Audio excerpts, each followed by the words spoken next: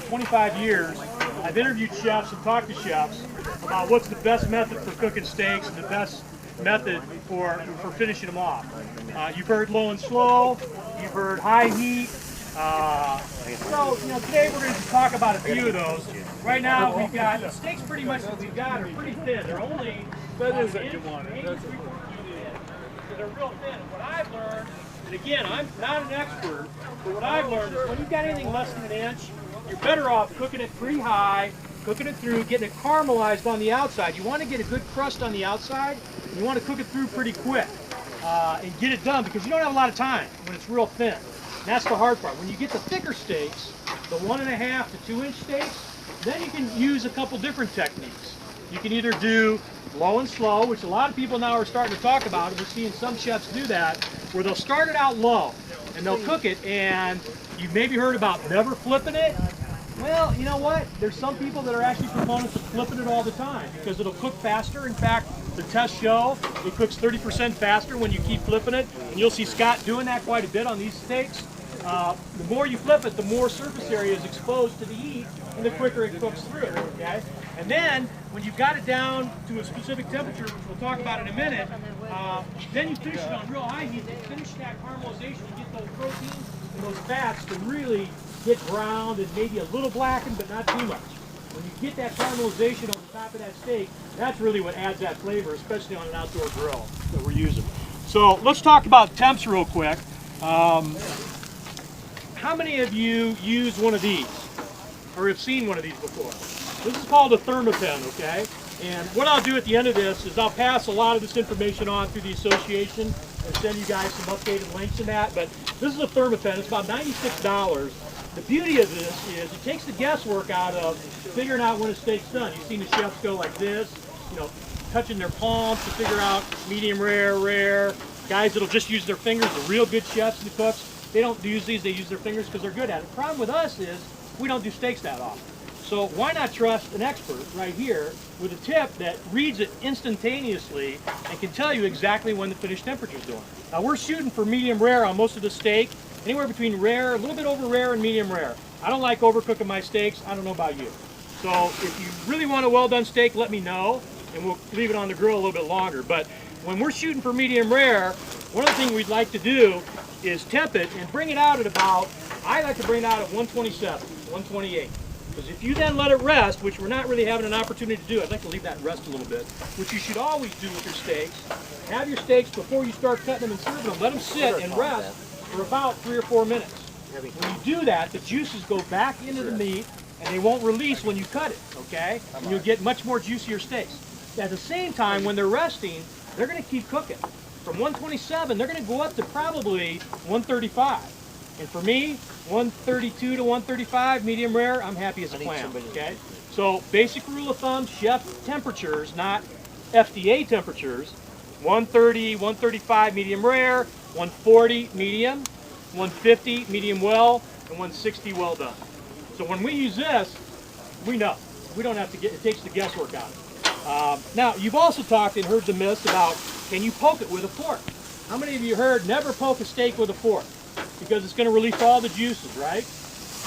Kind of, maybe not. Well, no, actually we've tested that, and we've proven side by side after poking a steak and flipping it over and over again and putting holes in it, that yeah, it'll do some of that juice right in that one fiber where your poke goes, but that's the only spot. It's not like the juices come from way outside the steak and go right to that hole and start squirting out. It just doesn't happen. So poke it all you want. Don't be afraid to use a fork.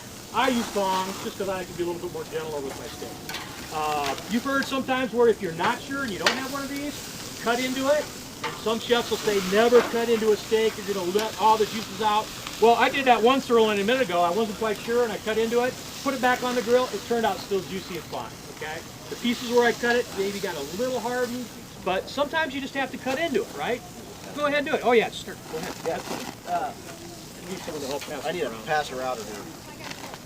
Jim, you got it. I'll pass you around. What are we passing around? We're, I don't know what that is. I'm not sure. What was that? Was that sirloin? That was sirloin, and that was one of the. Yeah, thank you. So, a couple other myths you've heard about. Tempering your steaks. how many of you bring out your steaks before you grill them and try to bring them up to room temperature? And have you heard that before, where you're supposed to bring your steaks up to room temperature before you put them on the grill? That way, quote unquote, it's going to cook it faster. It'll be more of an even temperature. Well, believe it or not, they've done studies on it, and they've shown that when you cook a steak right out of the refrigerator at about 38, 39 degrees, which is what most refrigerators are at, versus bringing it up to temp, it makes absolutely no difference in terms of the finish time, because the thermal dynamics of trying to heat a steak and bringing it up to what we're shooting for, 127. In fact, the timing difference was negligible, less than 20 seconds on about 20 different steaks they tested.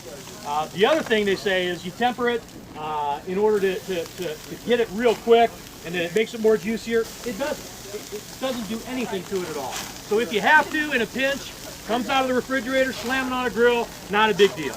I like to temper mine a little bit, just because I like to put my seasoning on, which we'll talk about in a second, way in advance. I like to put my salt and pepper on way in advance and let it sit for about 40 minutes. If you put it on too early, right when you actually put it on the grill, all that's going to burn off. You're not going to get any of that seasoning to go through into the steak and actually permeate the fibers down in there. So there's nothing wrong with actually seasoning it well in advance. How do you thaw your meat? Great question. The best way to thaw things is a microwave, right? God, no. Good answer. These meat people know what they're doing. The best way to thaw it is in a refrigerator, and take your time on it. They say for every 5 pounds of meat, like a bulk meat or of a turkey, every 5 pounds equals 24 hours. So if you got a huge roast, it's going to take at least 24 hours to thaw out. I usually give it 24 hours on my steaks, and I always bring them out well in advance, 1 to 2 days at the most, and I thaw them out in the refrigerator.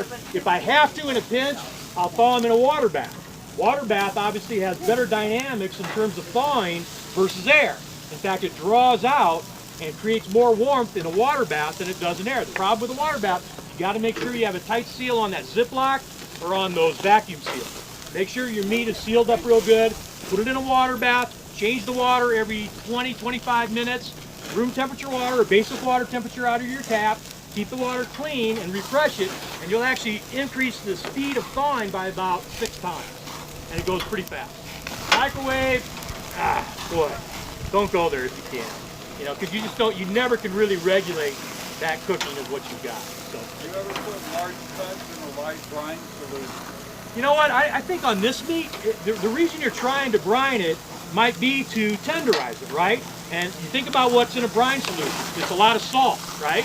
A ton of salt, maybe some herbs in that. That gets into the meat. It will tenderize it a little bit more. But personally, I've never done it on yak because I don't think you need to. I mean, I eat it straight up.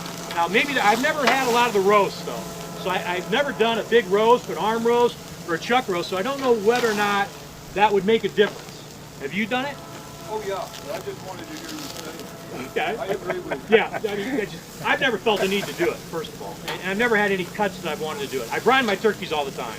I get free-range turkeys that aren't any of those butter balls that have all the jizz in them. I don't do mess with that. And I do all my brining with my turkeys. It makes that sound so romantic. Heads up, we got a comment over Happy here. Thanksgiving. The steaks out your cardon. You what? You cardon. Okay. You know, punch this little hole in it. Okay. And both sides. And it makes them 3 times more tender and they do not lose their juice. Yeah, yeah. So you're tenderizing it, Tenderized. which you see a lot in minute steaks and in Swiss steaks where they'll do that hard cut. Do you do that on your ribeyes and your T-bones too? Well, gee, there you go. Something to try. We need someone else to get it out. I've never done that. Now, has anybody else ever heard of the technique called sous vide?